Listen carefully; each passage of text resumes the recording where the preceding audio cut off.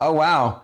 I guess I got to do this. I was going to do the coffee cup, but she I know had I different changed it up plans. on you. You sure I changed did. it up. Thank you for keeping me on my toes there, Absolutely. Banter. Hi everybody. Welcome back. Hi Lava Goffin. Welcome back Hello, to my another love. episode of Bandwidth and another special episode of Bandwidth and Banter. This The is our legacy of second, Loremasters. right, second Legacy of Lore Masters. We, what an honor and a treat tonight. We have one of our favorite game masters slash dungeon masters, and a good friend of the channel on tonight. I It was. I've I'm jumping ahead of myself though. I don't want to forget that. Like last week, not last week because I was sick the last 2 weeks, but the last time we had Legacy Lore Masters, we had a great interview with Jotun Red Wolf. we did. Yeah, he's a very creative, talented storyteller.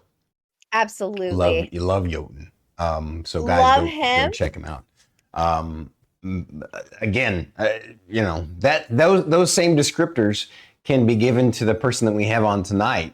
Not only is he an amazing Absolutely. storyteller, but he's a veteran. Like he's been in it about as long as I have, and we got to play with him during doing that Alien TTRPG, Yep. and it was one of the most fun things I've done, and it inspired a lot of things. So It really has. Amazing. without further Amazing. ado, let's just have him on the show. I can't wait to have our good friend OldManGeras. Hi, brother. How are you? We got those arms going right over there with Druid. Mm-hmm. Hello, my friends. How are you? Doing fantastic. How are you? I am doing very well. Thank you. Can I just take a I'm- moment to gush about OldManGeras really quick? Yes. You're gonna make me blush. Yep. Oh, Yep. I absolutely just adore this man. He is fantastic. Not only is he a fantastic content creator, but he is just a fantastic human being. And I just absolutely adore him. And so if you support OldManGeras, you are supporting my soul. So I just wanted to let you guys know that. Well So said. I couldn't have said it better myself, Druid. Well, wow. How do I respond to that? No I mean, need. look, No need. the honor, and I've said this to the two of you, but I'll say it in public. The honor is here for me to be here with the two of you because I've had the experience. I get to see you play D&D, right? Stormy, you're running it. You're the DM running this fantastic campaign with some incredible players, and then I got to bring you in and be part of my world that I had in the story. And we're going to talk about, right, how we build that, but you made the story. All I did was, you're in a ship, call the Montero. What do you want to do? And you made everything happen around that. So the honor and privilege all on my side to be here with the two of you. Thank you both for that. You're welcome, and thank you for coming. And I'm looking forward to jumping into these topics because, yeah, and looks like Druid gets to start us off tonight. Absolutely do. I absolutely do. So OldManGeras. Oh, Garrus. Please tell us your D&D origin story. What got you into D&D? And When or did you start? TTRPGs if Or you got into something else before general. D&D. Yeah. Yeah. I mean, So- I Okay. know some of your background, but let's recap it for everybody. Yeah. Absolutely.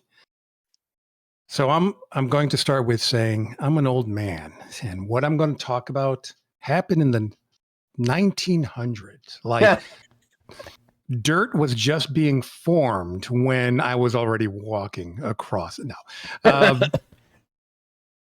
So this had to be. I was living in Massachusetts around, and this was the late 70s, early 80s, and my first encounter with D&D, because that was it, was in a bookstore that's no longer around, and it's called Walden Books.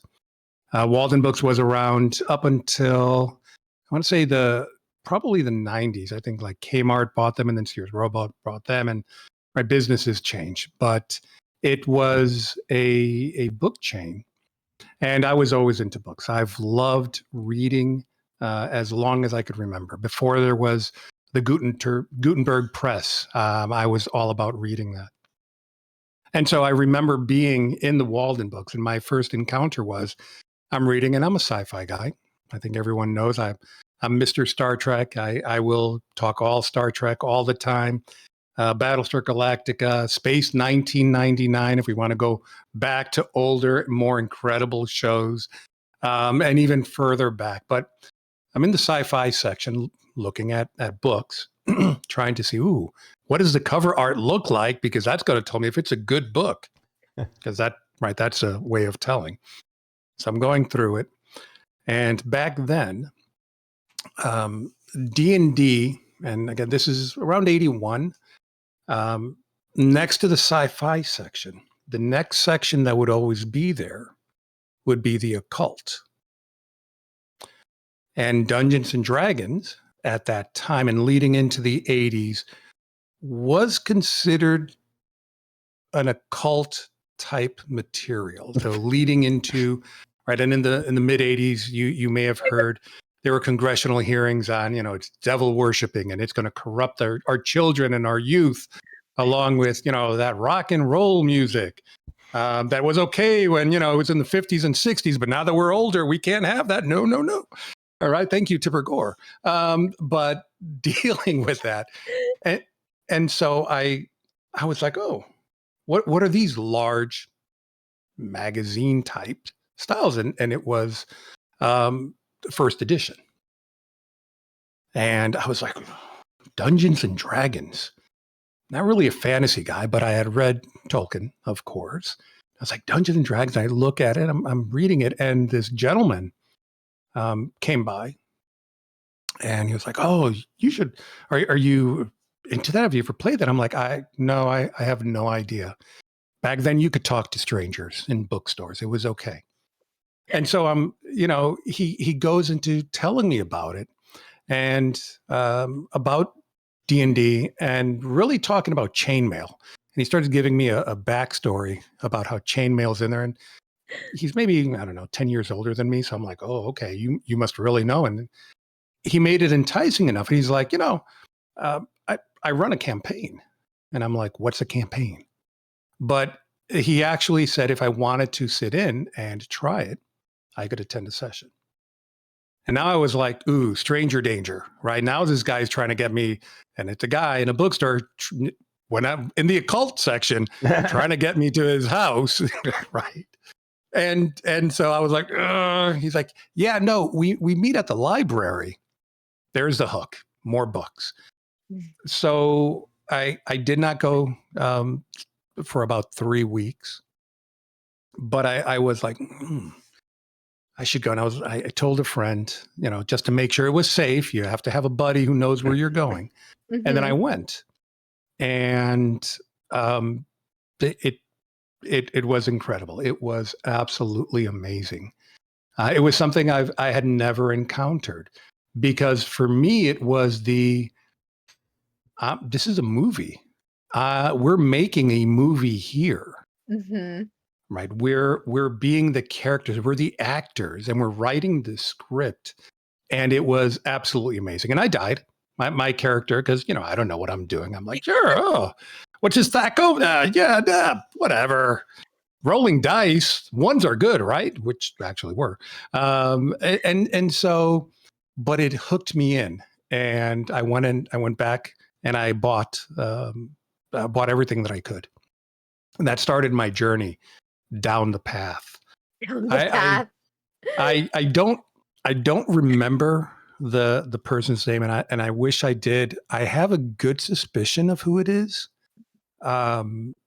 because I've seen his photo, and he's an author, but who lived there and went. I mean, there's a lot of coincidences that line up, but I'm not 100% sure. But I wish I could find this person and honestly thank them for it, because it truly has been a life-changing effect. If it wasn't for that, I wouldn't have opened my stores. I wouldn't have gone in business right there. It just, everything changed with that introductory session.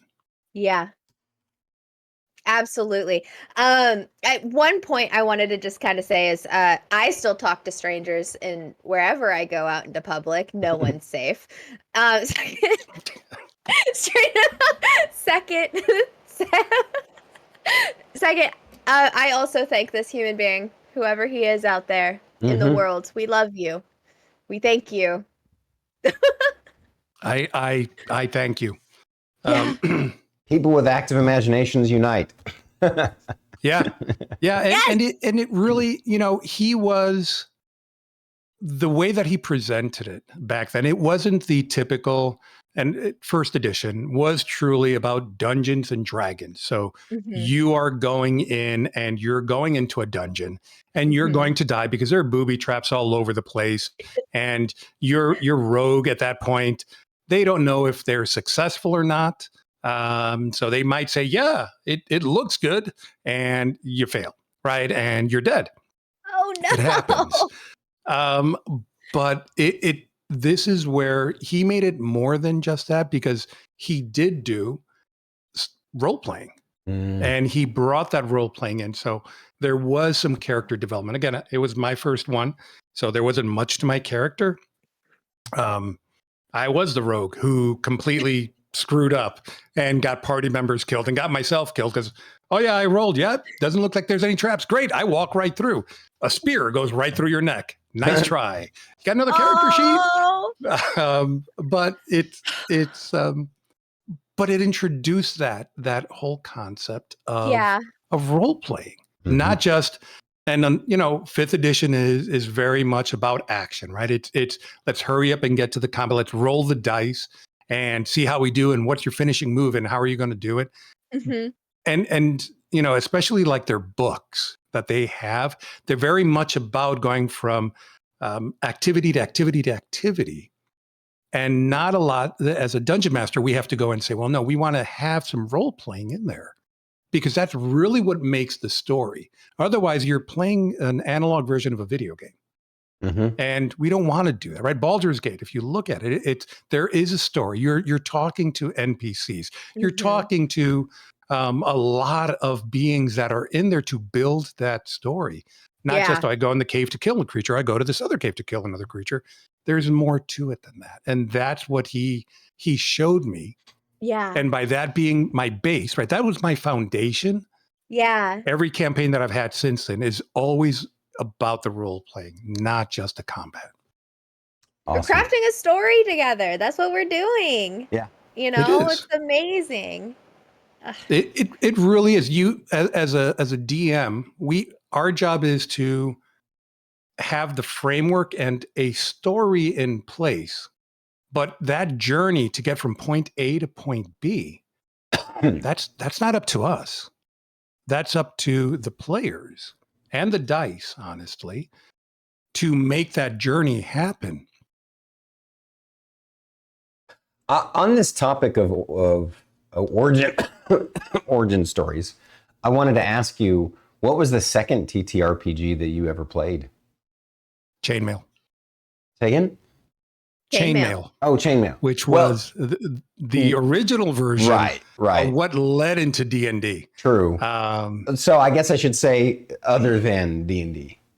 What was the second? Other than D&D, my second would have been, I stayed with D&D for so long.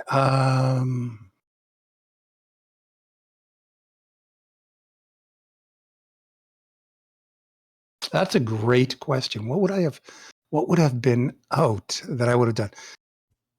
I want to say it was TDE. Was my second one. The Dark Eye is the English name for it. Yeah, no, I know the Dark Eye series. Every time there's a PC game of the Dark Eye series, I go buy and play it. I own and have played all of them, all the Realms of Arcania series. And there's a couple of really good that came out in the 2000s, Dark Eye PC games. It's a very it's basically, it takes D&D and amps the complexity up for sure.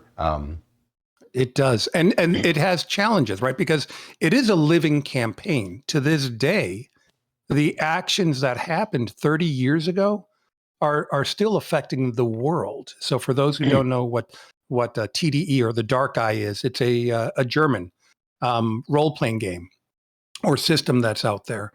And it truly is a living game. So as actions happens in the world, it gets reported into them, and they come out quarterly with their gazette that says, here's what's happened.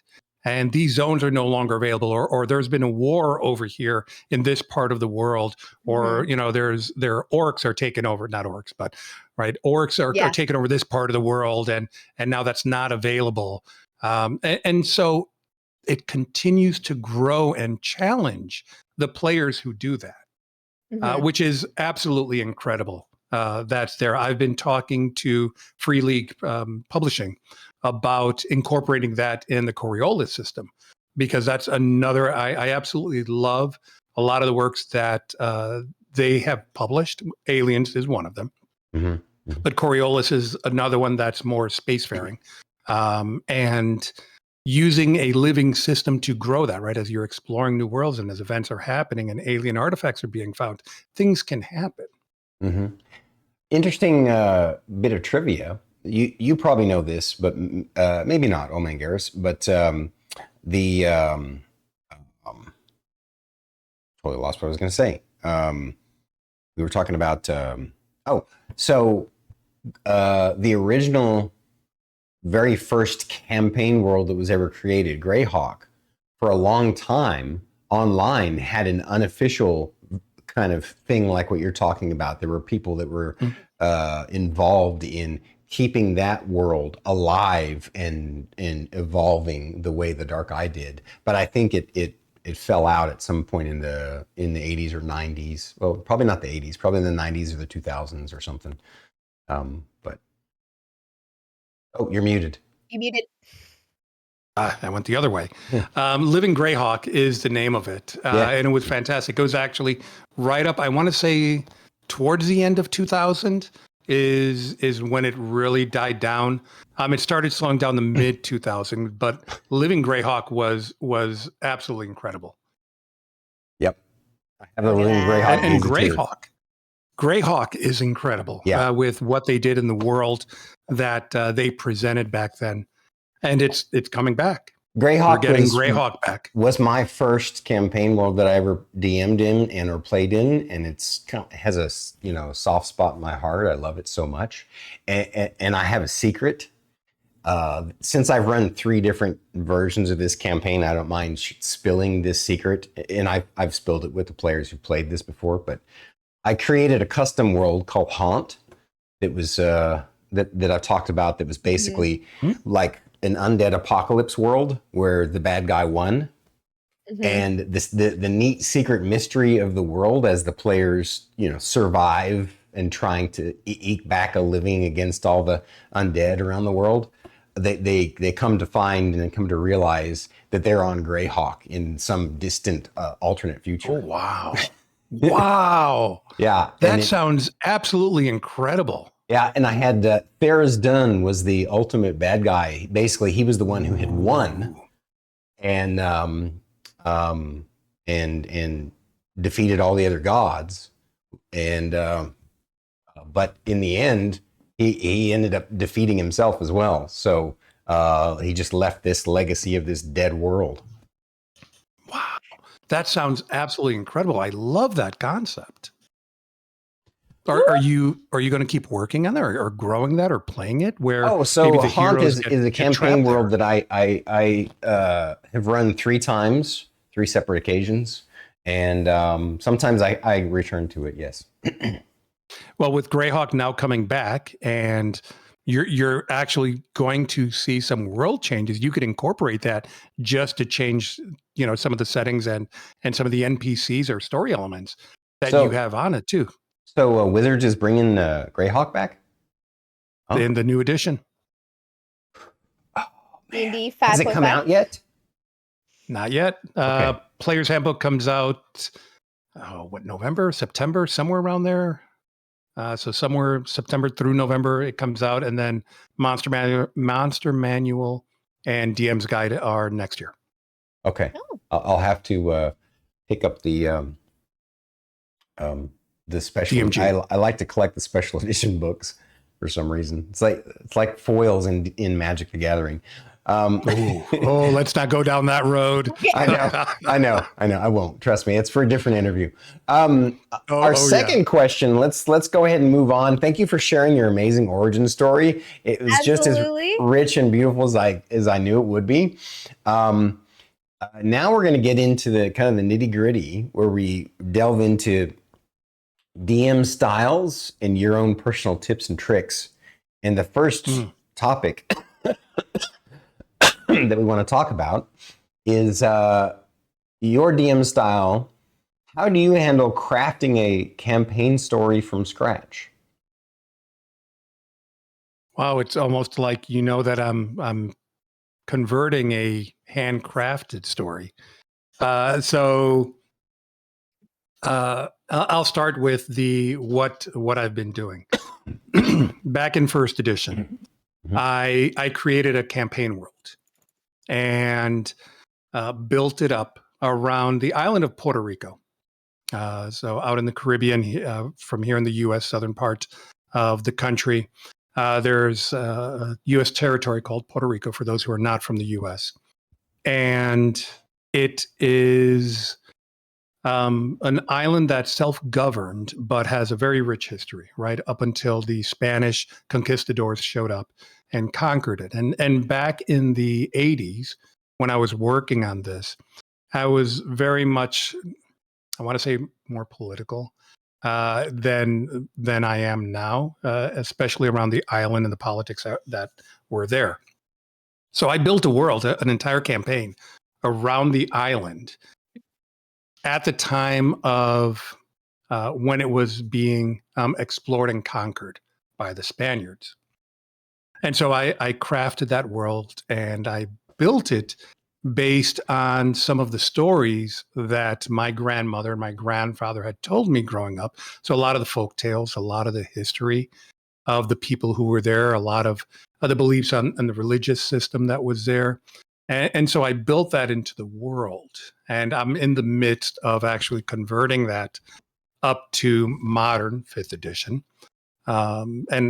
and working at making the changes, because there are very significant changes from 1st edition to 5th edition in there, but really taking a lot of that lore and building it and making this world a living and vibrant world.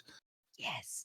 So when you build a world, there are a couple of things that you need to do. First, you need to really look at the world setting itself.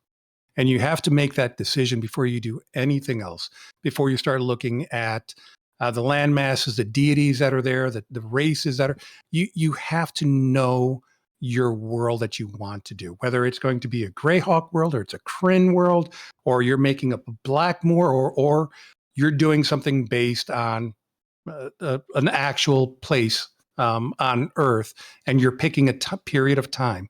But you need to be able to come up with that framework of the world. And then you can start, once you have the world, you start with your geography, and you build a couple of standard entry points. So when I start my adventure, there are 4 entry points onto the island of Puerto Rico. One is where the Spanish conquistadors are, because the Spanish were there to conquer the island. We have another entry point, which is where the pirates are, because there's this little thing called Pirates of the Caribbean. Thank you, Disney, for ruining that.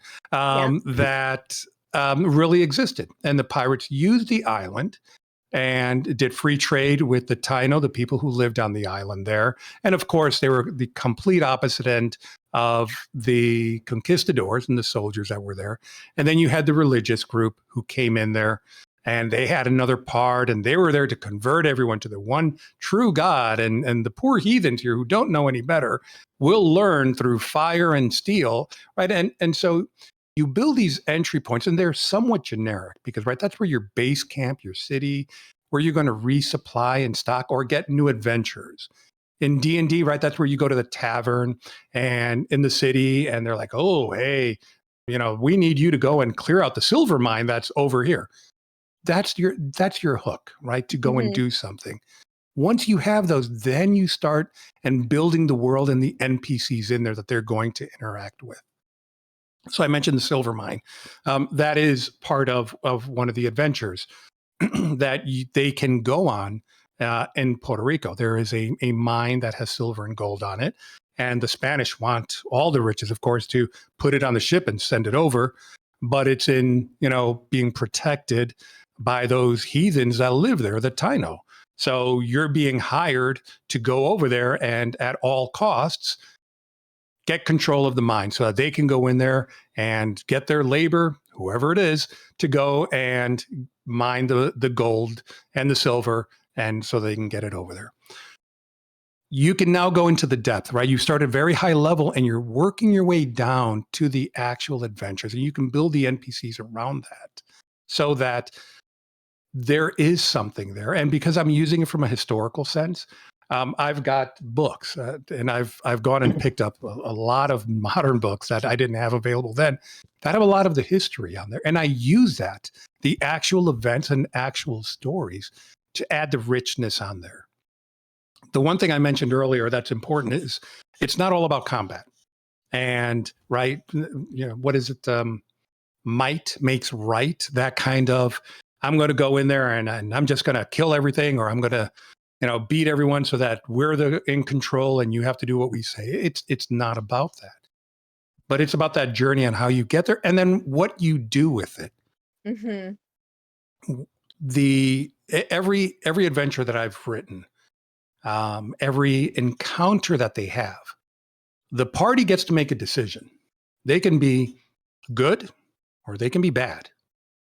They can, if they got this job from the Spaniards to go there and get control of the mine, and they get there, and there's a village there, and it has the Taino people who are living there, and they're trying to live a peaceful life. Does the party go in there, and are they going to round them up and take control and make them prisoners? Well, there's going to be an impact to the story if they do that. Or are they going to realize, hey, wait a minute, this is wrong. Why are we doing this? And for me, one of the things that 5th edition D&D does not work well with or enforce at all is character alignment. I use character alignment. When you generate your character, you get to pick what type of character it is, right? This is part of the process. Whether you're on D&D and Beyond or not, you get to write that story of, are you a good person? Are you a bad person? Are you somewhere in the middle? Morally ambiguous, or right, you only have your own interest at heart and you're writing a backstory. Make that part of the story. Make that, right. If somebody took the time to write a backstory that says, oh, my family was killed by goblins in a fire out in the forest, probably if they encounter goblins, there's going to be some trauma in there. And while they normally may be going for revenge, seeing a bunch of goblins in the forest carrying torches is probably going to impact them in a very different way. So letting the characters have the ability to make choices as to what they want to do, not just you need to take control of that mine because you were told to do it. And we're paying you a lot of money to go do it. Are you going to do it? Make that decision. And then if you decide not to, right, then there's implications when you go back, because you're going to go back and they're like, well, did you get control of the mine? You can say no, you can say yes, but again, things happen because of that. And then tying that into the overall arc of the story that you have for the island is important. In my world, if you go and you decide that you're going to enslave the Taino in that village, well, chances are 1 or 2 are probably going to get away, and they're going to spread the word that not to trust you because all you're doing is enslaving them. So the next time you go to a village, or maybe you're leaving and trying to get back and you get injured because of an encounter that happens and you stumble upon a village, they're going to treat you differently because of your actions and what you've done before. And so having those NPCs in place and having the ability to role play and be accountable for the actions is really important. I have a question for you about your Puerto Rican campaign. Did you add fantasy elements to it or did you use you know, Puerto Rican mysticism in any way to add to that kind of fantasy element? So the deities of the island are the actual Taino deities that we've believed control it. So when we talk about the deities, we have 3 deities on the island. And again, I'm talking historically of what we believe. There were 3 deities on there. 2 of them are good.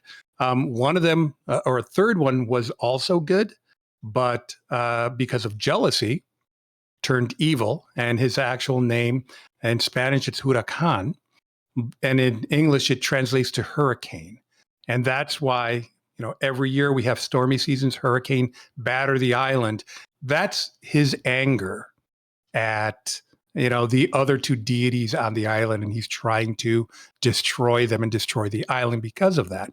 So I've taken part of that mysticism, or I've taken the mysticism of what was believed back up through the 1700s, before the Spanish came in and really killed almost everyone on the island, and made that part of the story. The fantasy elements, the races that we have, they're still there. So orcs, goblins, hobgoblins, gnolls, what the PCs that we have now, the races that we have for PCs, they exist. But again, I go with the alignment side. So for example, if you go over to the pirate side, right? The pirates are a little more on the, I want to say, chaotic good, right? They're not lawful evil. They're definitely not lawful. And they're not chaotic, but chaotic good is about right for them, or maybe neutral evil, maybe. So you have races that would normally go with that and be there. When we talk about the Spaniards, right, they're more for conquistador and war. So you have a lot more of the races that are all about conquest that would be there, and they're working with them. When you go over to, there's one settlement that's a bunch of settlers who were just, right, they were being persecuted over in the mainland. They're actually from New Orleans and from Haiti.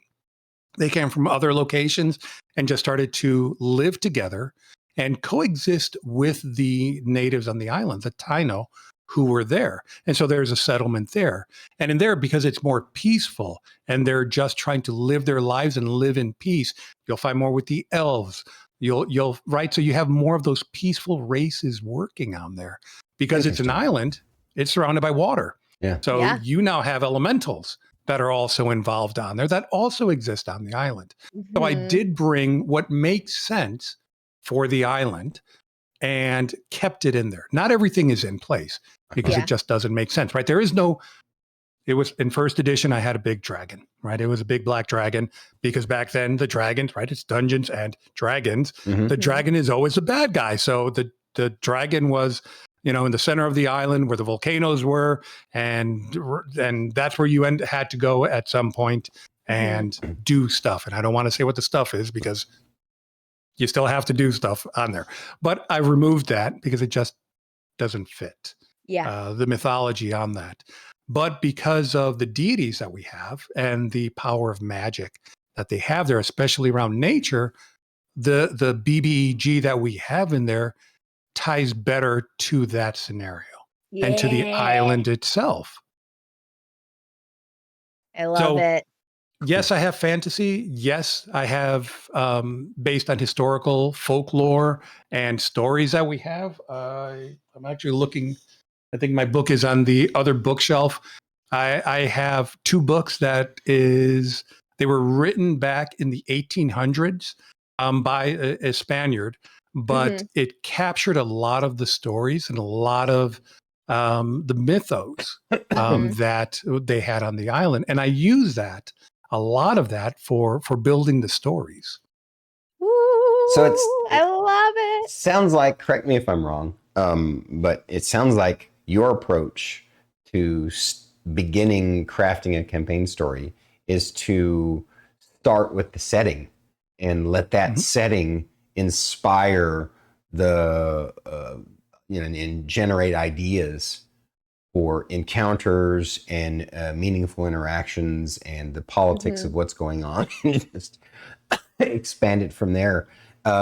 After you have settled on a setting and are starting to populate the world, it seems like you like to craft the world and then later on kind of put things in place that ends up crafting the story incidentally. Is that right? That is right. And this is my approach to when I run a campaign. You have the framework in place, right? We have our world setting. So your world setting is going to say, is there magic? Is there not magic? What are the races that are involved? Has it been a cataclysmic event that wreaked havoc on the world? Has it not been? Right. And you have that and you can build on that so that when your campaign is ready or your adventure, well, you already have the hard part done with. Right? You don't have to worry about, are there mountains here? Why is there a desert here? You already know that. Is there magic? Are there gods? Are there not gods? All of that's already been set for you. All you need to focus on now are, how do I get from point A to point B? And what's in between that? Nice. And having it open enough so that the players are the ones who decide that. And you saw this when we did Aliens, right? You needed to get on the Chronos. You had to get on the Chronos. It took 3 episodes before you all got on there because it's about that journey, right? And there was a lot that happened before that. Frankly, we could have done easily I'm going to force you on there because self-destruct is going to happen the moment you come in close contact, as in you almost crashed into it. Hey, but did we die though? No, we didn't die. That is correct. You came close enough to see the rivets on the ship, but you did not crash. She didn't crash, but her head crashed into the bulkhead. It multiple times, I believe 3 times. It was definitely 3. It was definitely a lot. It was definitely, I was very dead by the end of it. But you know what? At least you didn't have to pull dead bodies over yourself and act like you were not there to get away from a couple of aliens. And it worked. It worked. Look, I'm sorry, I'm going to segue into it. But that one final die roll decides whether you live or die. The final action in the entire campaign, and he rolled that success. That said, he made it up to the cryo tubes. That gave me goosebumps. That was so incredible. I mean, it's literally purely up to the die. Yeah. Right. There's no skill involved. Right. It was pure luck. You either fail or succeed. You either die or live. And it was one die roll and you made it. It was how incredible. It was incredible. The Dice Gods wanted an epic finish that night. It really did. They really did. But again, it's about that journey, right? And how the players, because it's not about how the DM wants it to go. It's about how the players act and change the world around them. They're going to get to the bad guy at some point. They will get there. But eventually, you need to have the flexibility to, hey, they decide they don't want to go and work on the silver mine. They want to go over to the beach that's a couple of miles away because they heard that, there was pirate treasure over there. And, they're kind of greedy and they want to go for that. So they're going to accept the job, but they're going to go somewhere else to try to get that. Okay, you roll with that. And, at some point they'll be like, hey, we need to get back to that silver mine because we got to get back to camp and report this over to the sergeant. So you craft your world. You decide how you want the world to be. You figure out what, like, the vibe and all of that stuff. How do you design the NPCs? Like, cool. What is your thought process when you are designing NPCs for us players to interact with? Oh, I'm evil with NPCs. An NPC is a PC for me. So any NPCs that you're going to interact with, there's story to them. There is, I will have a backstory, especially if you're encountering them multiple times, and your actions will impact the relationship with them, right? If you keep going to the same tavern and you're not causing fights over there, you're taking jobs. Well, guess what?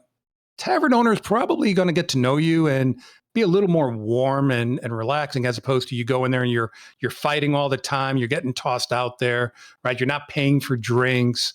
Well, you're probably not going to get really good information or jobs around that. And so when I look at building the NPCs, right, I've got the world already set. I have my world setting. I've got those major cities that exist. So the entry points into the main campaign that are there, your home base, so to speak. And then building up the NPCs that you would interact with on there on a regular basis and having a backstory available on that. So in the world that I'm creating or that I'm converting, everybody starts in the US, right? You're either starting in Florida. Florida is probably where it's going to be, off of Miami, because it's the closest land point to it.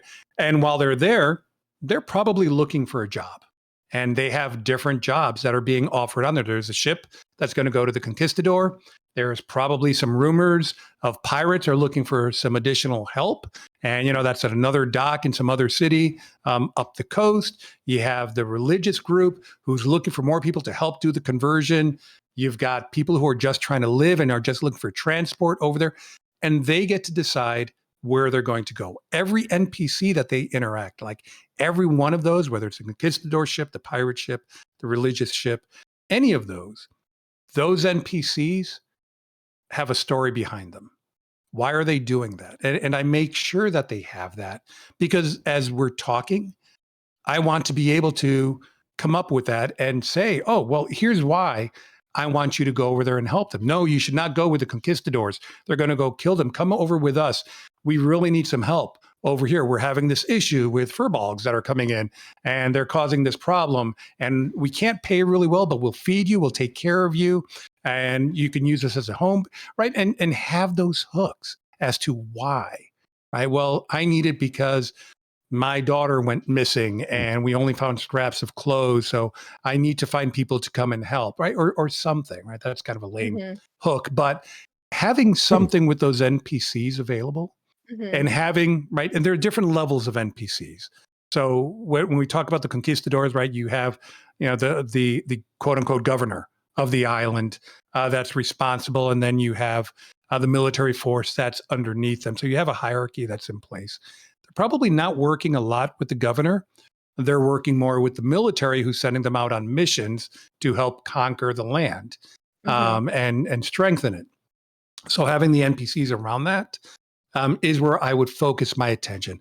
Have some story on the governor and have that. So, Governor Cristol, I know his story on there, but he's not really going to interact much, or he will if they decide they're really going to help them, and then just be able to fill that out. But have those hooks with the stories as to why those NPCs are important. Not just, oh, get me another beer, bartender. And, oh, have you heard any rumors? Well, that doesn't really help. There's not much to that. You can go to a job board that's outside that has, pieces of paper on there with different job offerings and get the same information.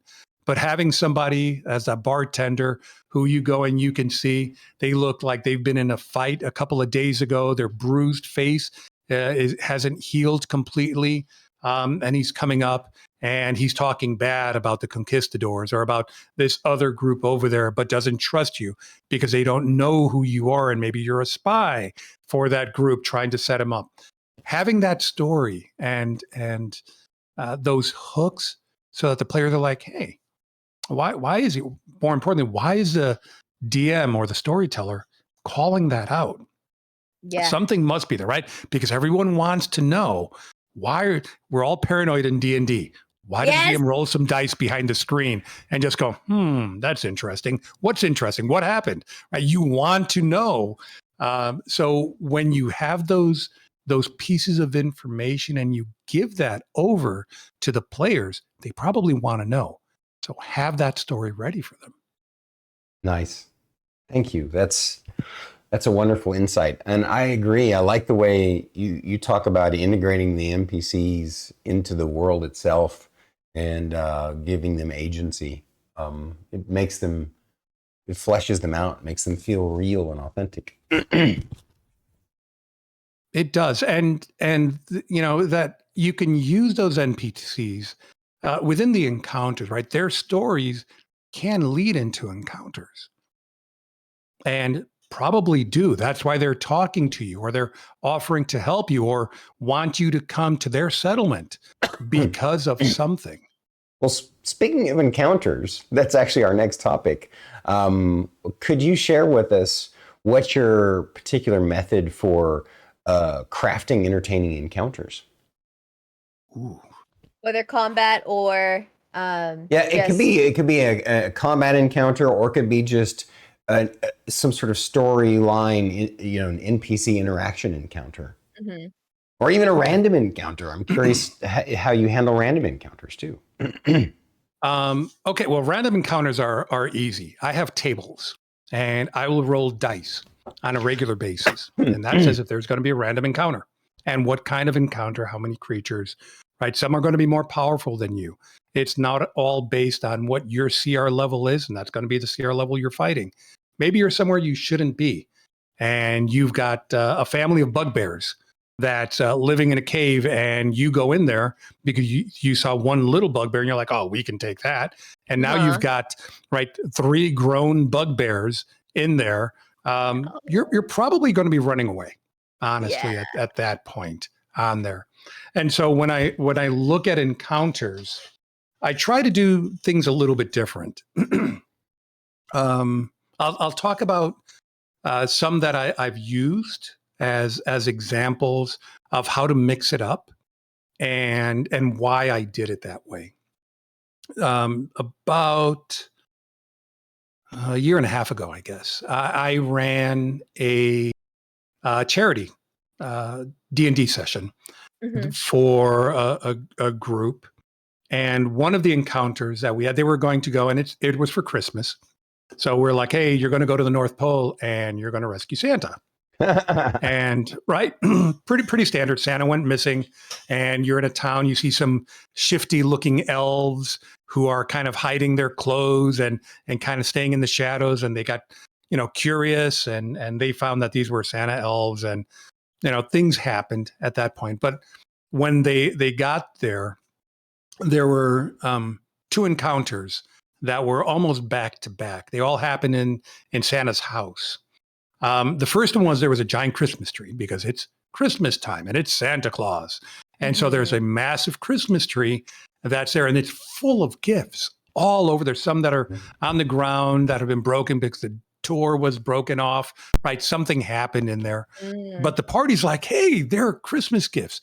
Somebody went and opened one, and they were like magic cookies that gave like plus 6 to your next 3 damage rolls, or things that gave them boosts. But about 3/4 of the gifts were mimics, little baby mimics. Oh, so while they were giving gifts, because now they were like, hey, we're going to give each other a gift. Maybe it's a gift, maybe it's a mimic. You won't know until you try to open it up. Don't be a mimic. Don't be a mimic. That is the cutest, most hilarious thing I've ever heard. So, and it was great. They, the first time they opened one or they went to open it, and the teeth just chomped down because it was a mimic, right? Everybody just freaked out. And then, some of the mimics came alert because they were, again, gifts on the floor that were attacking them because they're just standing in this room, and the chaos was magnificent. So that's one of the.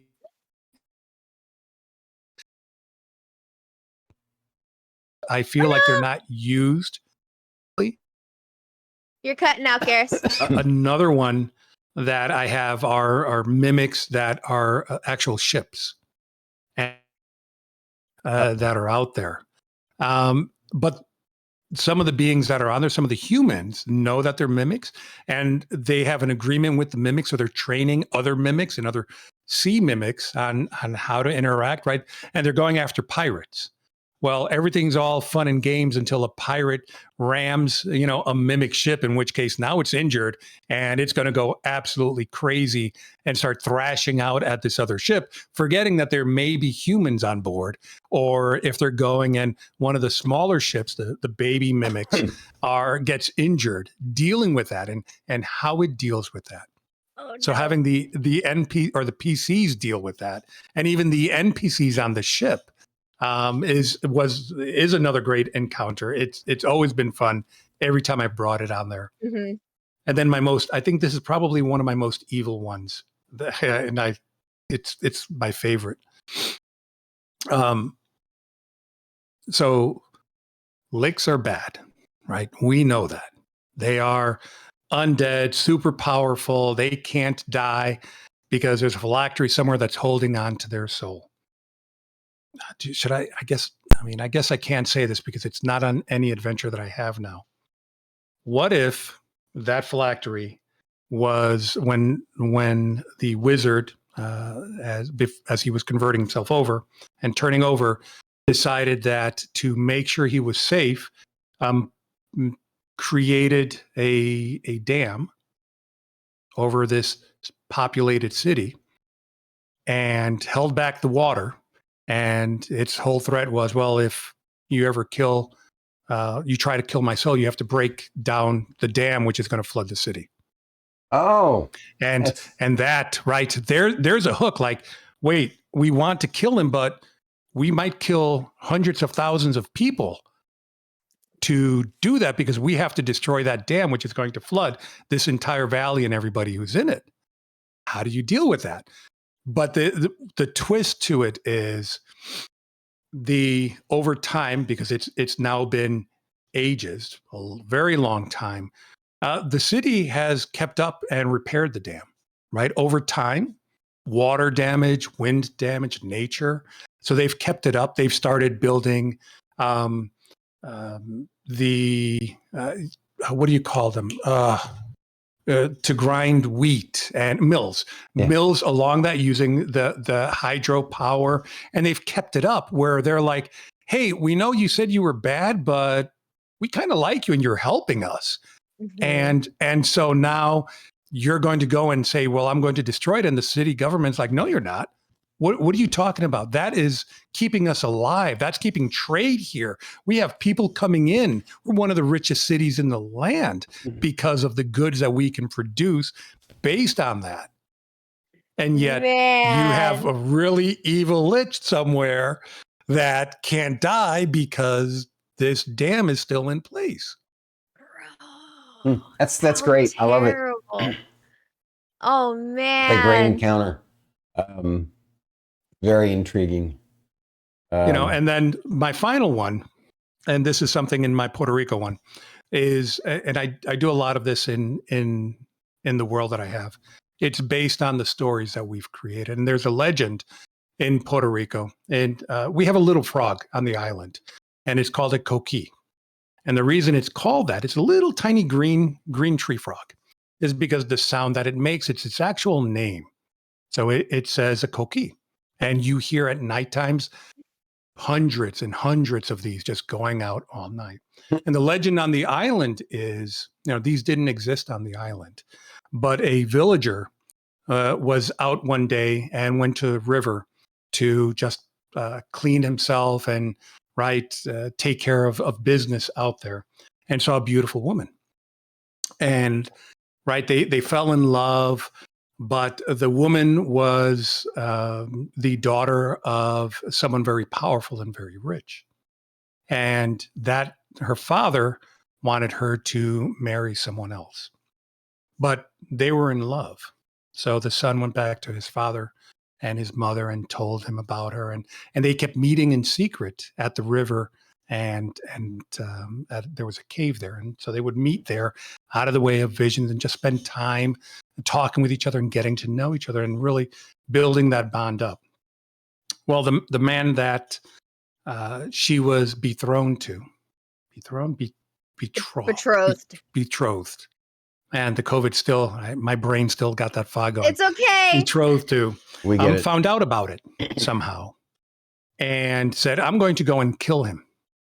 I am going to, if I kill him, right, she's going to be mine no matter what. He's the problem, not her. And so found out that they were going to meet at the river, followed her there.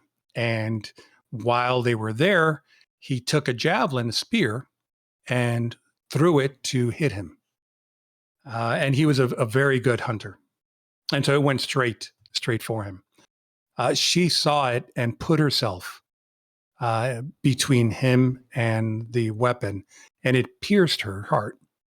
And she fell out of the cave into the river and washed away.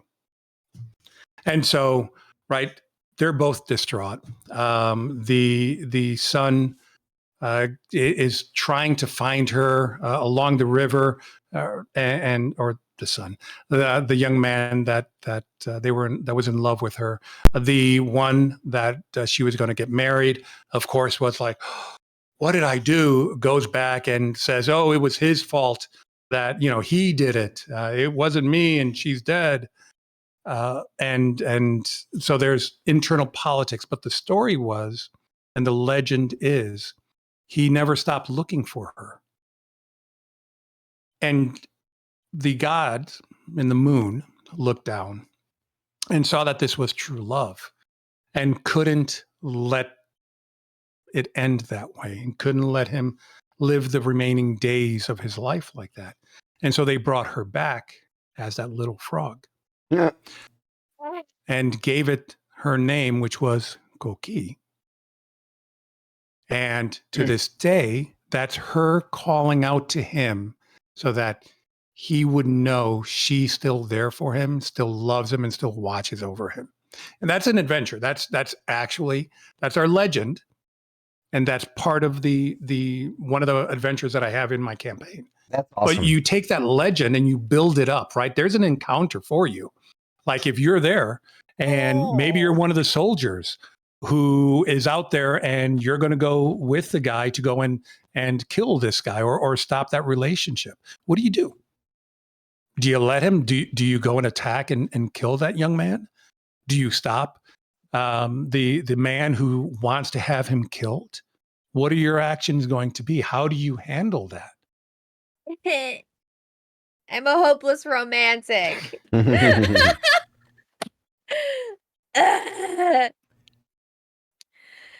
right. Yeah, so that's part of, right. That's why I build those encounters, right? You need some kind of hook. Don't just make it, oh, there's prisoners in a fort. You need to go and free them.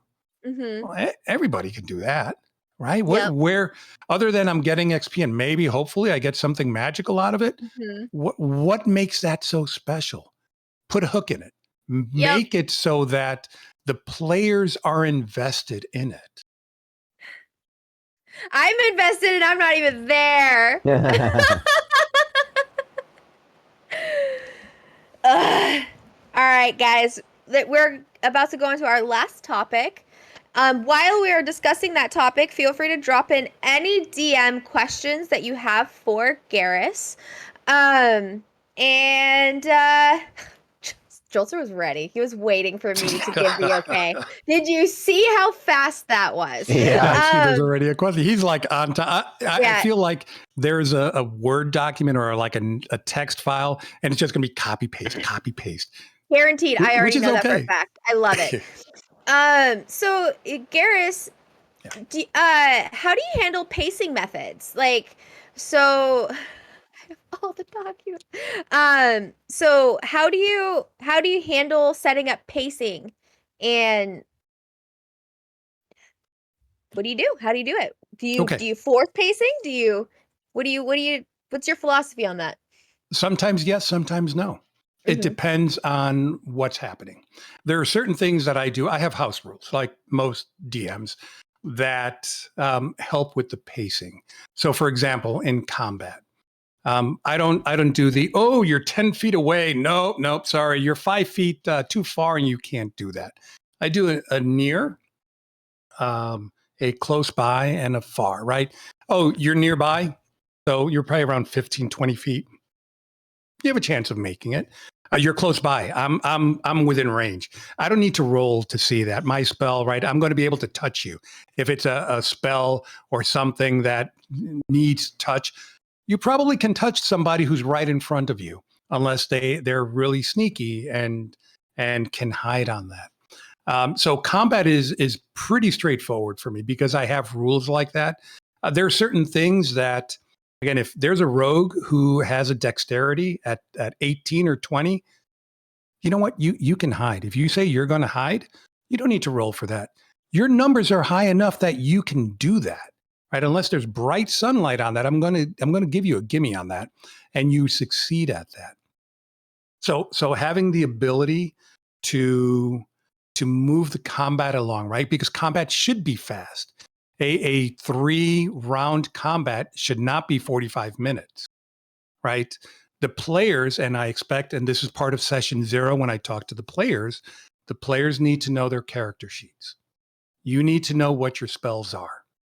And you need to be ready to do that. Now, I'm going to let you, think about it. I'm not going to say like, oh, you have 5 seconds to tell me what you're going to do. That's no fun, and that takes away from the enjoyment. But you should be able to say, okay, well, I'm playing a barbarian. When it's my turn, I'm going to rage, right? And I'm going to do a reckless attack because that's in front of me, and I have my axe in my hand and a hammer in the other, so I get 2 attacks, right? You should know what your character can do for the most part and be able to just move with it. And it's more about now rolling the dice and applying the damage. Outside of combat, on the pacing side, and you saw this when I ran Aliens, right? I'm a little more relaxed because it's about the story.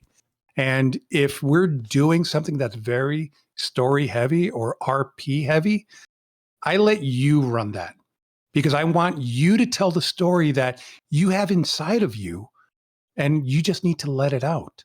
And everybody gets to be part of that story with you. If I cut you off and say, okay, nope, you're done talking. Stormy, you go ahead now. Right now, you've broken that up, and you're now, well, I didn't get to tell my story. You have a little bit of that disappointing that's in there, and really, those who are watching and listening aren't getting the full details on it, along with the rest of the party, because everybody is listening to the story around that. If there's not a lot of RP on that, again, and when we talk about D&D, right, we're talking about traveling distances and rest periods. I have house rules around that. Traveling, if you're traveling and it's going to be 3 days that you're going to travel, I'm going to roll for a random encounter once a day. I'm not going to be like, oh, every 8 hours. So there's 4 rest period or 4 periods in a day. I'm going to roll it 4 times. And 3 of the times we have random encounters. So it's been 2 episodes and we're still on day 1. That's you're losing it, right? You're taking away from the story and the immersion because now you're in combat so much. You've gone maybe 3 miles in 2 sessions. Gotcha. So you have to be flexible with pacing in how you do it. Some things you speed up, some things you slow down and let the story grow. Oh, I love the way you put that. Let the story grow. Yes. It's like us as DMs were basically just fertilizing and watering and letting the players, You guys are the gardeners. Play. Yeah, we're the gardeners. Yep. Yeah. And I'm just the squirrel ripping up all the plants. Yeah. But that's okay because we keep planting them and we don't put the fence up and we're like, oh, it'll be fine. Just go ahead and you could rip up some more plants. I didn't like those anyways. They didn't look good. And then I start burying extra, peanuts that the neighbor left out into your garden, and now you have these random things growing and you're just like, I don't know what this is, but it's fine, I guess. Well, thank you for sharing your insights. Getting to know your DM style and the methods and tips and tricks that you shared is invaluable and just enjoyable to listen to because, it's everybody has, kind of a different style. And I truly respect DMs that understand that fun comes first, and you're one of those folks. So, what you giggling about over there, Druid? Havoc says, I think of myself more like a cat herder. Plants Cat. would be easy. Havoc is awesome. Oh my goodness. Yeah. So I adopted Havoc as my spiritual big brother. So it looks like our first question from the audience is how do you deal with a problem player at your table? What's the best way to tell them they're not a good fit for your group? Pull them aside. Never bring this up in front of the group. Mm-hmm. That's rule number one. If there is a problem with a player, whether it's the play style or, we've seen the post from Reddit, right? 40 rules as a DM that they have. If there's a problem with someone, pull them aside and talk to them one-on-one and address the issue. If it's you should always, if there's a problem that's starting, you should get involved early. Don't let it grow to the point where the only way to resolve it is saying, yeah, this isn't working, you need to leave, right? Unless it's like early on, session 1 or 2, and they're obviously, right, whether they're rules lawyers or just the play style doesn't mesh with the group, a min-maxer, you don't want those if the rest of the party isn't playing that same style because they're going to take over everything. Have the conversation with that person. Right, we're adults. We can talk to each other. It's something that we should do more of, right? And it's hard, I know, in especially in the United States right now, going to someone who you may not agree with or not want to be involved in your group and having that conversation.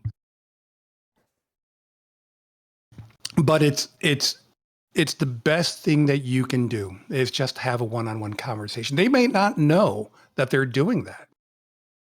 And they may be like, oh, man, I didn't realize that. I'll do better. Yeah. Thanks for letting me know. Will you give me another chance? Well, sure, we can do that. Yeah. And right, but you've done that. And then if it doesn't change or they continue to disrupt the overall effect, then you have the discussion of, yeah, you know what, Garrus, this doesn't feel like it's a fit. I'm sorry. I really enjoyed it. The time you've brought some things to the party that we hadn't done, and call out some things that they've done positive, right? Don't just go with the negatives, but you want to be right, open and forthcoming. Don't beat around the bush. Don't be like, well, and well, the other party members didn't. Don't do that. Right? You're the DM, you're the storyteller, the dungeon master for this. This is your campaign. You're the one who needs to have it. It's not about somebody else said this, or they don't like you, or they don't like the snacks you brought. If it's right, don't just be forthcoming and honest with the person, but be fair. Mm-hmm. That's my advice. That's what I do. That's how I handle it. I love that. That's a great way to look at it and a great way to handle it. Yeah. Next question, Loaf and Coffin asks, question, how do you as a DM stay on task with world building? Ooh, what an incredible, wow, that's a loaded question. So I am... You thought the first question was like, ooh. Yeah, that first one was easy. I see how you're setting me up. I get it, Druid. You set me up with the easy things, and then you hit me hard. Hey, these are in order. They're posted in chat. So, and who asked that? Because it was Muffin something. I love that name. Loaf and Coffin. Yeah, I think I say their name wrong, and I'm just like, this is your name when I'm around. I love you. It's I found it. Loaf and Coffin. Mm-hmm. Yep. Loaf and Coffin. Awesome. Loaf and Coffin. Name. Okay. So use tools. There are lots of tools that are out there. Free tools. Do not spend money. I'm going to tell you this, and I'm going to harp on it. Do not spend money. There are incredible tools out there that will help you do this for free. Use them. Use a tool that allows you, though, to be organized for it. So I used to be a project manager in one of my former lives. So for me, having a task list, a to-do list is absolutely incredible. And I use a free tool called Asana, ASANA, that allows you to put a list of your items that you're working on. If it's in progress, you can put it in an in progress column, move it over to a done column, put it in a, ready for review, right? And you can use tools like that so that as you're working on something, you come up with another idea. Great. I can just add another line in here that says, here's what it is. I'm going to go. And now I know to work on it. Another tool I use for the world building, and this is where we talk about free tools, there is an incredible application called Obsidian, like the stone Obsidian, OBSIDIAN is the name of it. And it allows you to do all your world creation right on your PC. It is not a map creator, but it allows you to capture text, images, hyperlinks, audio, video, and embed it in there so that you can do that. And there are some incredible videos on YouTube on using this. Again, 100% free. Highly, highly recommend that tool. I can't say enough great things on it. But when you're doing world building, you want something that's going to let you do that, right? So, and I'm going to open up my Obsidian right now so that I can just remember some of the headers that I have in there, right? And the videos that you're going to show that are specifically for how to create a world and run D&D outside of Obsidian, right? There's the way I have it created. I have World Almanac, and underneath that I have lore, deities, regions, settlements, points of interest, shops, NPCs. Right? And so you're able to just go and start populating that in there and just put text in there because you're going to come back to it later and grow that. And then you're going to be able to have that world where it's like, I can go over here and I'm looking under settlements, my Morro, which is the base there. I have barracks here. And I have captain's quarters and supplies and training grounds that are listed under that. So I already have my locations inside of one of the settlements that's in the world on the city that I need to go to. What about instead of just tools, how do you philosophically stay motivated to continue with world building? The real hard. Gee, I knew you were setting me up. Okay. That was a setup for sure. So motivation is personal, right? Yeah. Everybody is completely different as to what motivates you. Here's what I recommend. When you're doing your world creation, pick something that's dear to your heart, something that you care about. It could be a show that you watched and you're like, man, that plot hook is absolutely incredible. I want to do something with that. Write it down. Start building on that. Start working on it because it talked to you, right? It meant something to you.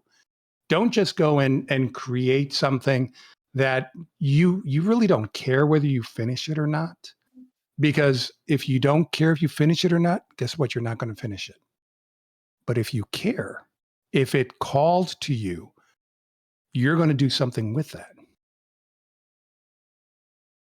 Gotcha. So that from a motivational side, find that thing that calls to you on the inside and makes you want to keep working on it. The other thing I would say is, and I'm not a fan of Reddit because Reddit is full of lots and lots and lots and lots of experts, so-called experts, wannabe experts, people who have no idea who put themselves out as experts, and new people, right? And you're going to be all over the gamut, but find a community, find people who are also doing the same thing, right? We have Stormy, who's right here, who is running an incredible campaign. We have a lot of people in chat who also run campaigns on there. Start talking to them. Do one of the things, work together on them. As you're working on it, you want somebody to also proofread and go through it and make sure it makes sense, right? So have somebody that you can go and say, hey, I just added this encounter here. Do you mind taking a look at it and give me your feedback? Absolutely do that. We did that on stream once where I was working on my island, and somebody came in and chat. I never saw them before. And they said, hey, you're doing world building. Can you take a look at a homebrew that I had or that I've created and give us feedback? And I said, sure. And we brought it up and we spent over an hour going through 3 homebrew classes that this person created. And chat got involved. I got involved. They were involved. Right? We were making changes on the fly. But finding people, finding that community of like-minded individuals is going to help you get involved. And it's okay to take a break. There is nothing wrong with saying, oh, you know what? I'm tired. I'm not going to work on it this week. I'm going to take a break. Yeah. It's okay, right? You need to do that. Yeah. It's still going to be there when you come back. It's not going away. It'll be there when you're ready to get back. Maybe you're going to watch that. If it's an episode on TV, like I said, maybe you're going to watch that and you'll be like, yes, I remember. That's going to re-energize you. Mm-hmm. Maybe it's one of those folks that you were talking to are like, hey, how are you doing with that? How's it going? Anything you need me to review? That might be what you need. Or it's all right, yeah, that was a good break. I took a week off. Let me get back to it. Let me start looking at it again. Yeah. Breaks are important. Agreed. Laughlin Coffin also asks, any tips for helping your players get into the habit of using alignment when making decisions? Alignment is, and this is, again, I really blame 4th edition, which we don't really acknowledge, but 5th edition on, because alignment is such a minor part of our characters now, right? There is no enforcement of that. What I do is, right, we talk about alignment in episode 0, session 0, to make sure everybody understands what the alignment is and what the impact is.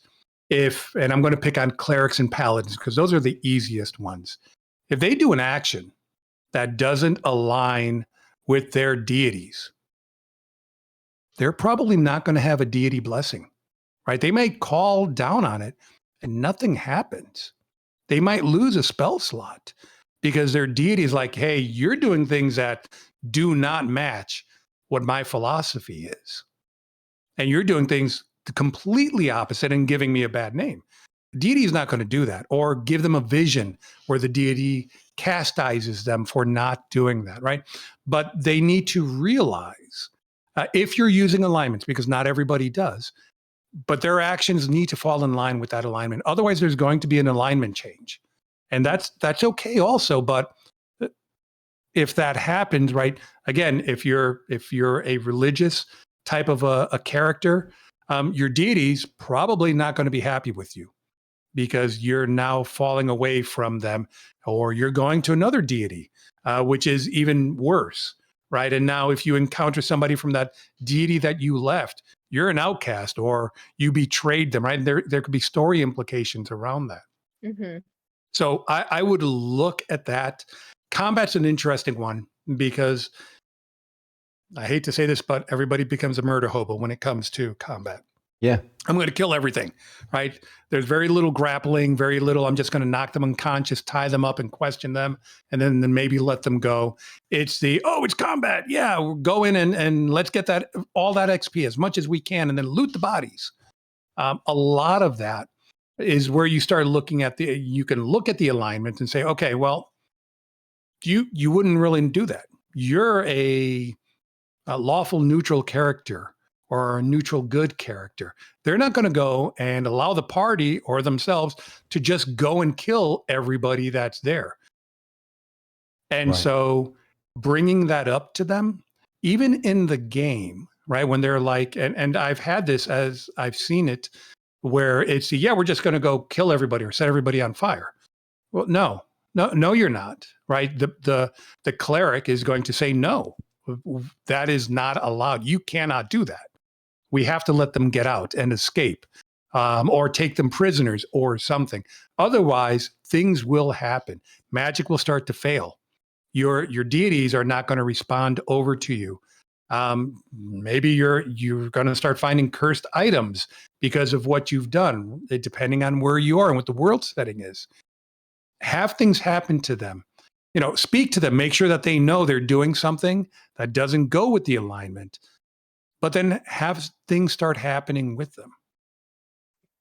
Gotcha. May I just add one point too to that is I think when it comes to bringing in a group and you want to have people have their to take alignment seriously, I think you need to establish that at session 0 as well. Yeah. And just be like, this is when I, as a DM, this is how I run my game. This is what I prefer. This is what I like to do. And this is what, so if you would like to join my table, this is one of the things that we're going to do. And you have to follow your alignment. And that's a part of the role play of it. And, just making it a very clear, house rule. This is what we do. This is how we do it. If I were to go to your table for a one shot and you said we're following alignment, I, as a thankful player, would just be like, absolutely, DM, we're going to follow your rules because it's your table. Thank you for being my DM. That's my opinion as a player, personally. And that's really important, what you've called out there. And I mentioned it a few times, but session 0 is something that every single DM needs to run whenever you're about to start a campaign or when you bring in a new character or a new player into the party. Because you want to make sure that everyone is on the exact same page with what is allowed, what is not allowed. We know, right? And as DMs, we all hate when, oh, look, 4 of you have silvery barbs. And no matter what I roll, one of you is going to use silvery barbs and the creature's never going to get an attack in place. Mm-hmm. If you're going to make a house rule that says silvery barbs is not allowed, that should be brought up during session 0. Basically, you're right. It's like you want to talk to your players, especially when it's a new group, and establish what your boundaries are and what we're talking about tonight, your DM style, your play style. It's okay to have groups that you don't mesh with. Starkey and I have played in multiple people's campaigns, some longer than others because we didn't feel like we meshed with them, right? And vice versa. I've had some folks that we met that became part of our campaign, and they didn't quite fit. They were either disruptive or maybe they just I've had some folks who hadn't played before and they wanted to try it, so I helped them try it, and it just wasn't for them. Yeah. and there's that's okay. gonna be because there's gonna be different people that have different play styles and different DM styles, and you just gotta find what works for you. Because there's gonna be, I don't remember who I was talking to, but they were saying they didn't do a lot of role play and it was mostly tactics based. And I'm like, that sounds super cool. I would not do well in a tactics-based group because I would be sitting there trying to talk to them in character. And then they would just be like, why are you using a weird voice? I have to! I'm not, that's, so I don't know if that helps, but that's my thoughts on it too. And I think Stormy mentioned one point that I think is really important and we didn't talk about. When you form your party and your players are there, try to have them understand the level of everyone else that's playing. What you don't want to do is bring in, right, and I mentioned the rules lawyer, and a min-maxer, and you don't want them to be in there with somebody who's played 2 or 3 times only and they're really new, because they're going to have a negative reaction. They don't know, they've never seen this, and you have someone who, they're level 2 and they have 16 and 18s straight across the board and have advantage on, half the rolls that they have on there. And they're looking at their character sheet and they're like, yeah, I'm like 11, 12s, and maybe a 13 for my abilities. And right? They're going to get lost and they're going to lose interest because they're going to be like, yeah, this isn't for me because I don't understand it. Mhm. So make sure that you kind of set expectations with the players, right? And that session 0 is not just, well, I'm the DM, so I'm going to tell you my rules, but it's also for them to talk and get to know each other and their own play styles. Mhm. What I like to do, I do a session 0, and then I actually do a session 0.1, 0.2, one for every PC. And it's a mini session where we go over their backstory as much as they want to tell to the party, so that when we get to session 1, everybody knows the other character, what their motivation is, what their backstory is, as far as they've been told, right? And what events have made them be an adventurer and be in this party. So what was the road that they took to get to this? And that's something that I learned a long time ago. Makes things so much easier when you do that. It's a lot more time, right? We're talking they're usually 30 to 45-minute sessions per character. And depending if you have 5 people playing, right, we're talking 2.5 to 3 hours and 15 minutes that you're going to spend with one by one going around and RPing you as the DM and them as the NPC, those life events, so that everybody knows that. But that's going to help when the party actually starts going on adventures, because they're going to know some of what that person is. It's not the, hey, we're all, we're starting an adventure. We start at a tavern. We're all level 3. Well, you don't know anything about each other, right? And you're supposed to suddenly work together, trust each other in combat with magic, and know that you can heal and you're always good. That's not realistic. But if they know the backstory and they know about each other beforehand, then it does make sense. And they know how to work with each other in any of the challenges that you have for them.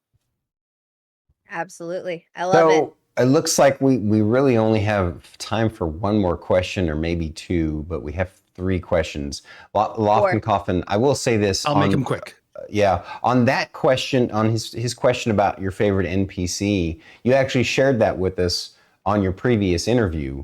So I'm going to use this as an opportunity to plug. Go check out OldManGeras' original Bandwidth and Banter interview on our YouTube channel. And it's one of the first few questions that we ask him, which was, what's your favorite NPC? But for these other 2 questions, I'm going to throw both questions at you, and then you can try and laser your way through them, because my cough suppression is at its peak at this point. Question 1 is, how do you feel having sorcerers as constitution casters instead of charisma? And the second question is, how do you incentivize and reward participation in a healthy way? Okay. Wow. Sorcerers using constant con versus charisma. Or charisma. Okay. Yeah. Yeah, con instead of charisma. Yeah. Because they are charisma based. So it's interesting by making that change. If we're gonna, I've got to think about that. I have some thoughts on it too that I want to share after you're done. I mean, the whole idea of a sorcerer doing that is right. The charisma, you're charming your way in it, right? You've got a higher intimidation, right? And it's going to give you greater success by making it con-based, though. We're talking. Yeah, go ahead. Because I want to say, as somebody who is still pretty new to Dungeons and Dragons, I've played 1 full campaign. I owned a couple of books. I just kind of like jumping into a game and like hoping for the best. Like for me, and like it, I've only ever played 5th edition and now the Aliens TTRPG, right? There's just a couple of things. I've always just been confused that sorcerers were charisma based. It's always just seemed like it never made sense to me. It's always just been like you have to charm your ancestry. Like you have to So charm it's always been just a little confusing to me. Like I'd like to speak to that and answer kind of what her curiosity about why charisma or why sorcerers work the way they do. First off, originally in as OldManGeras knows, well, in the very first BX set, there wasn't wizard or sorcerer. It was called a mage. Then eventually, in second edition was when they created the first wizard, and that was the main class. And it worked off intelligence. The idea that you study magic as a science, sort of, to understand and manipulate it. But the concept of a sorcerer is that you are kind of sort of blessed by the gods. You somehow or another in your blood, in your lineage, you have an innate power that taps into the source of magic. And that's kind of the concept of sorcerer. You're basically somebody who taps into that source of magic naturally as a prodigy. And you get to choose as you level up, but that's just a kind of in the nature of for play mechanics. But if you think about it in a way, the idea of the sorcerer is they don't get to necessarily really pick what they learn, right? It's just, it comes to naturally. And the reason why that was focused on charisma was because they needed something other than, it's twofold reasons, I believe. This is, one is they needed something other than intelligence to focus it on. And two, almost nobody ever used charisma for anything unless they were creating a dedicated role-playing character for interacting with people. And so that was something that they could do in, I think, am I right, Garrus? Was the first sorcerer was in 3.5 or did they have a sorcerer in second edition? No, we did not have it in second edition. I didn't think so, yeah. And so it was basically to create a different kind of spellcaster that uses the same kind of magic. They get to cast they get to cast spells more often, but they don't get to cast as many, they don't get to know as many spells. Right? Yeah. And the reason why charisma is the idea, again, that they're just sort of, they have this prodigy thing within them. And so they're like, charisma makes more sense from the standpoint of like they've the gods have taken notice of them because they're so pretty. And they just have a natural way about them. They flow with the source of magic more, and so they flow with their world. Okay, that makes sense to me. Yeah. Then I like that explanation. All right, I'm on the same page. Got you. Sorry, I got off on a long tangent there. No. Garrus, what do you have to add about that? And the actual original question about a con-based sorcerer. Yeah, and I know that there's been conversations around having a con-based sorcerer out there, and there's probably we don't have prestige classes anymore. There's probably a couple of builds out there and what you want to do that. I think the challenge that I have with that is really now what is charisma good for? Absolutely nothing, right? Because your con is now your health and right, what you can do with that, how much you could endure physically with it and mentally on there, which is honestly would probably make the magic stronger than it is now by having it go through that, because that's already going to be a higher number that you have on that. I would really need to think about it. I don't know if there's enough pros to outweigh the cons of that. Plus I don't know. I hadn't really thought about that one. No. I'm not against it, but I need to think on that one. I would say that I find it interesting philosophically because, again, if you think about a spellcaster that's a sorcerer being somebody who pulls from the source of the universe, the source of magic or whatever, source of energy, I could see that comes from within, and I could see how that might work from constitution instead of charisma, right? I can see both ways. Makes more sense with charisma, but I can also see how, since you're tapping into your own inner source, that's your health, right? Your constitution. And so I could see creating a variant sorcerer.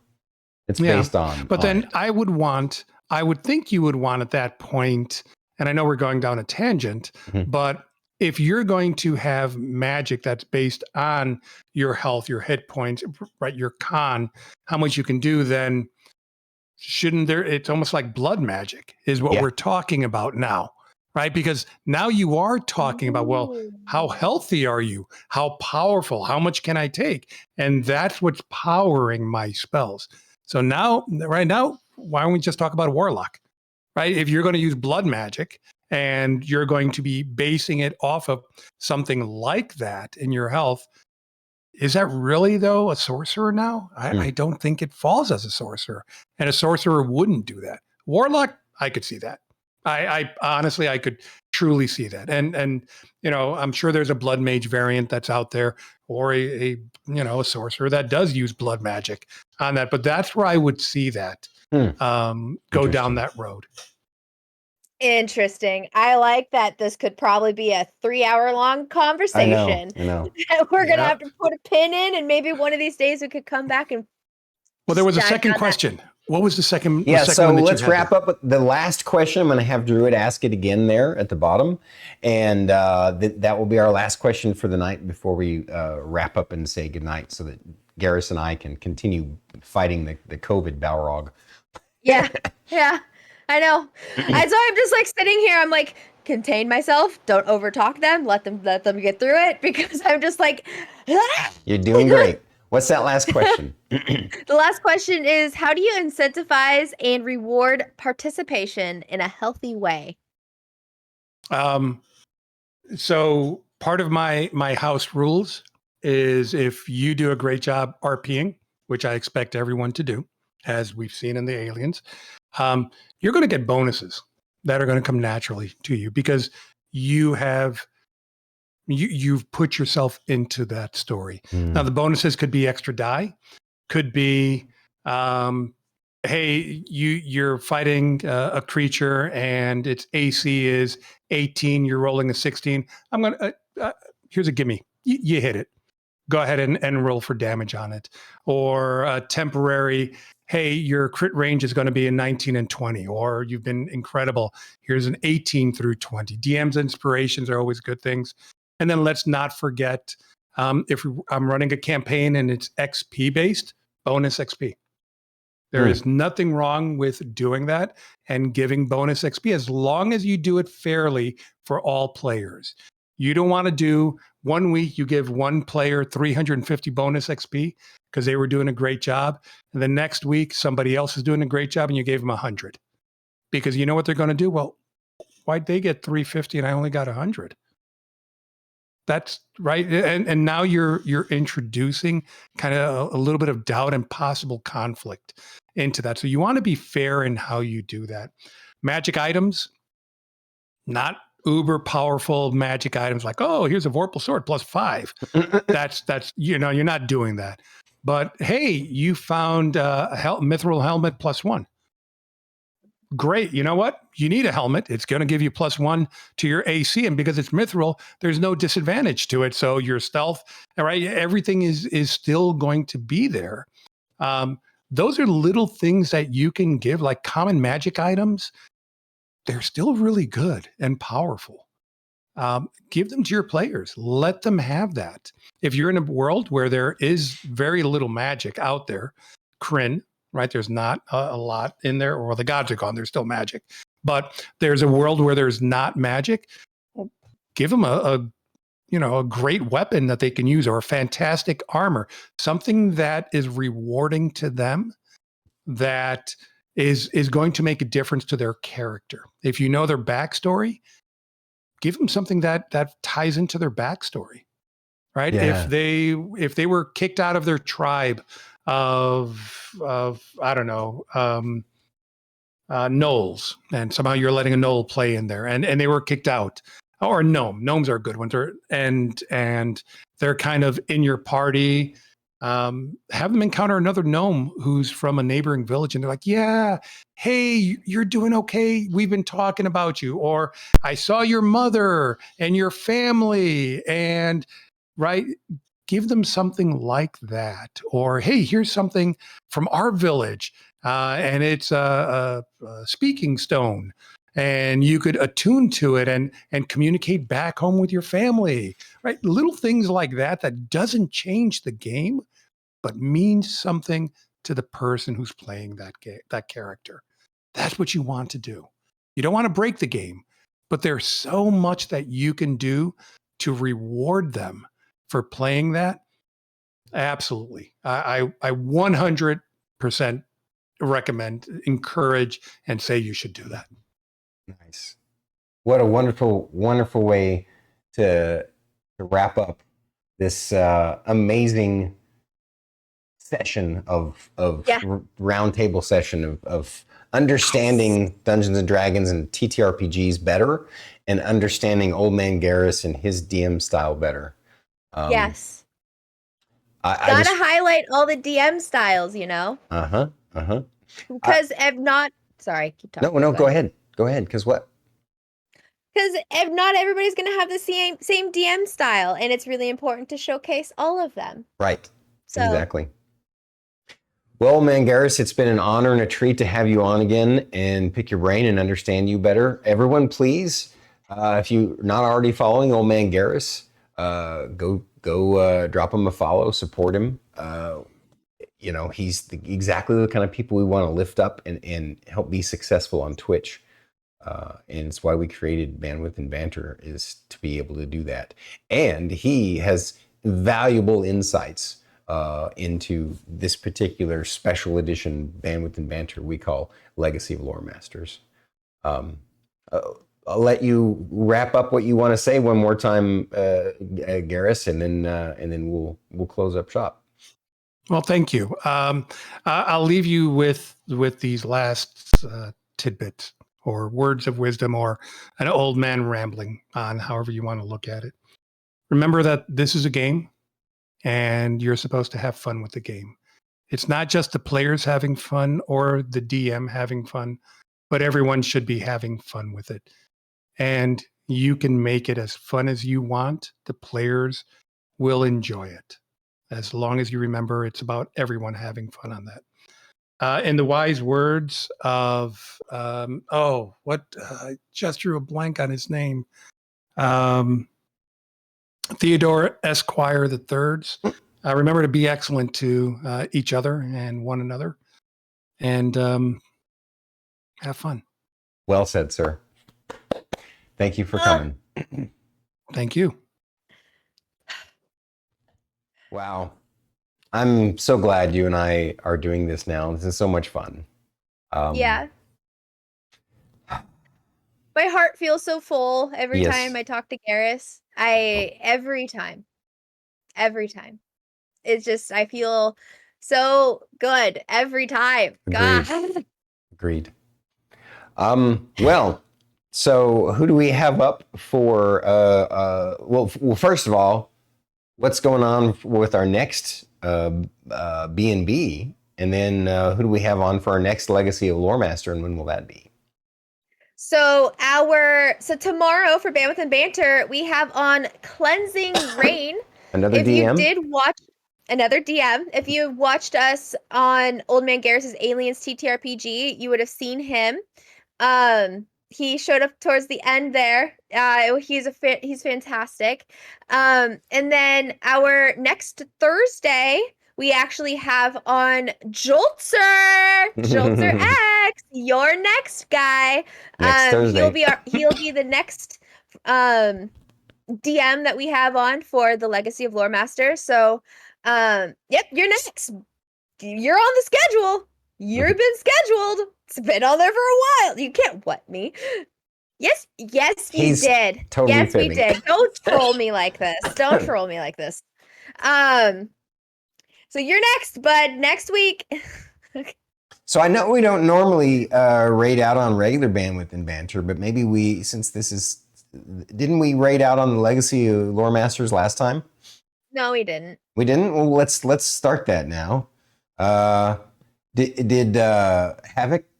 Is he? Havoc went live. Go raid him. Let's go. Okay, perfect. I was gonna say, yeah.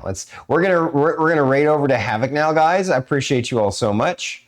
We're gonna do our little outro, and then we will do the raid. Let me get I'll get the raid going, and then we'll have to get it done before it ends. All right, here we go. Raid channel, Havoc. There it is. And thanks again for coming to our special edition Bandwidth and Banter, guys. I love you all. We'll see you tomorrow. I'll try and play BG3 with Banana Tom tomorrow morning. And then she's going to be playing Minecraft tomorrow, right? And then Bandwidth and Banter again tomorrow. So, all right. Thank you for coming to the show. Right on. Okay. Get it started. You go. You I go do? first. Yeah. Thank you for coming to the show. Thank you for coming to the show. Please drop a like, subscribe, and comment down below. And if you're listening to the podcast, please rate and review the episode. We are Bandwidth and Banter. Thank you. And good night. Goodbye. Bye, guys.